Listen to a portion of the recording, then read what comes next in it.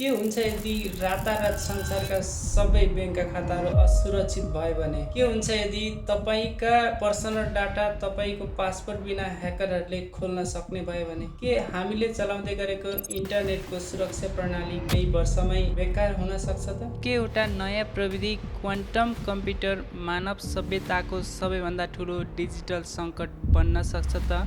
सन् 2000 आउनुभन्दा केही समय अघि संसारभर एउटा ठुलो डर पैदा भएको थियो। त्यो डरको नाम थियो Y2K बग। विशेषज्ञहरूले भन्थे कम्प्युटर प्रणालीहरू फेल हुन सक्छन्, बैंकहरू बन्द हुन सक्छन्, विमानहरू दुर्घटनाग्रस्त हुन सक्छन्, बिजुली प्रणाली ध्वस्त हुन सक्छ, तर अन्ततः ठुलो विपत्ति आएन। तर आज वैज्ञानिकहरू एउटा नयाँ खतराको चेतावनी दिइरहेका छन्। उनीहरू यसलाई मजाकको रूपमा होइन, गम्भीर रूपमा क्वान्टम एपोकल्याप्स भन्न थालेका छन्। यो कुनै उल्का पिण्ड होइन, यो कुनै एलियन एट्याक होइन, यो खतरा हाम्रो आफ्नै प्रविधिबाट आउँदैछ र यदि यो वास्तविकता बन्यो भने यसले संसारको डिजिटल सुरक्षा प्रणालीलाई एकैपटक कमजोर बनाउन सक्छ। आज हामीले प्रयोग गर्ने लगभग सबै अनलाइन सुरक्षा एउटा आधारभूत सिद्धान्तमा टिकेको छ। त्यो हो बैंकिङ, इमेल, सामाजिक सञ्जाल र सरकारी प्रणालीहरूमा प्रयोग हुने एन्क्रिप्सन। यदि कसैले त्यो इन्क्रिप्सन तोड्न चाहे भने सामान्य कम्प्युटरलाई हजारौँ वा लाखौँ वर्ष लाग्न सक्छ।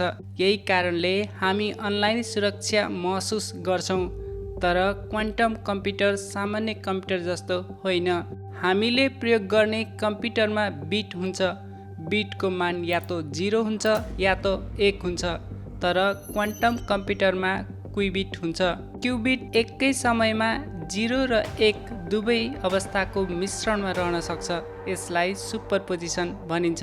सुन्नमा सानो फरक जस्तो लागे पनि यसको शक्ति असाधारण छ। कल्पना गर्नुहोस्, तपाईँ एउटा विशाल भुलभुलैयामा बाहिर निस्कने बाटो खोजिराख्नु भएको छ। साधारण कम्प्युटरले तपाईँलाई एक बाटो जाँच गर्छ। क्वान्टम कम्प्युटरले भने धेरै सम्भावित बाटोहरू एकै समयमा विश्लेषण गर्न सक्छ। यही कारणले केही गणनाहरूमा क्वान्टम कम्प्युटर हजारौँ वा लाखौँ गुणा छिटो हुन सक्छ।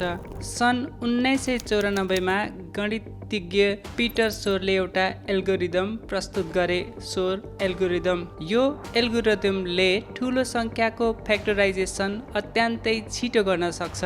सामान्य मानिसका लागि यो खासै महत्त्वपूर्ण नलाग्न सक्छ, तर यही प्रक्रिया संसारका धेरै इन्क्रिप्सन प्रणालीहरूको आधार हो। यदि पर्याप्त शक्तिशाली क्वान्टम कम्प्युटर बन्यो भने आज सुरक्षित मानिएका धेरै इन्क्रिप्सन प्रणालीहरू तोड्न सम्भव हुन सक्छ। अब एउटा डरलाग्दो कुरा सुन्नुहोस्, ह्याकरहरूले आजै तपाईँको डाटा चोरेर भण्डारण गरिरहेको हुन सक्छ, किनकि उनीहरूले अहिले त्यो डाटा खोल्न सक्दैनन्। तर भविष्यमा क्वान्टम कम्प्युटर पर्याप्त शक्तिशाली भयो भने उनीहरूले पुरानो डेटा डिक्रिप्ट गर्न सक्छन्। यसलाई हार्वेस्ट नाउ डिक्रिप्ट लेटर रणनीति भनिन्छ, अर्थात् अहिले चोरी गर पछि खोल। यसले कसलाई असर गर्छन् त? संसारका बैंकहरूलाई, सरकारी अभिलेखहरू, सैनिक गोप्य दस्तावेजहरू, स्वास्थ्य रेकर्डहरू, क्रिप्टोकरेन्सी वालेटहरू र अरबौँ मानिसहरूको व्यक्तिगत जानकारी। यही कारणले विश्वका ठुला देशहरू क्वान्टम कम्प्युटर बनाउन प्रतिस्पर्धामा छन्, जस्तै United America, China, United kingdom, बेलायत र अन्य धेरै राष्ट्रहरूले अरबौँ डलर लगानी गरिरहेका छन्। त्यसैगरी गुगल, IBM र माइक्रोसफ्ट जस्ता कम्पनीहरू पनि क्वान्टम कम्प्युटरको दौडमा छन्। तर एउटा प्रश्न अझै बाँकी छ, क्वान्टम एपोकल्याप्स साँच्चै आउँदैछ त? उत्तर हो, अहिले होइन। हालका क्वान्टम कम्प्युटरहरू अझै सीमित छन्। तिनीहरूमा त्रुटिहरू धेरै छन्। आजको आधुनिक इन्क्रिप्सन पूर्ण रूपमा तोड्न सक्ने स्तरमा अझै पुगेका छैनन्। तर वैज्ञानिकहरू पर्खिरहेका छैनन्। उनीहरूले पोस्ट क्वान्टम क्रिप्टोग्राफी नामक नयाँ सुरक्षा प्रणाली विकास गरिरहेका छन्। यसको उद्देश्य क्वान्टम कम्प्युटरको युगमा पनि डेटा सुरक्षित राख्नु हो। विश्वभरका बैंकहरू, सरकारहरू र प्रविधि कम्पनीहरूले अहिलेबाटै तयारी सुरु गरिसकेका छन्। त्यसैले क्वान्टम एपोक्ल्याप्स भनेको भोलि बिहान हुने घटना होइन, तर यो भविष्यको वास्तविक चुनौती भने पक्कै हो।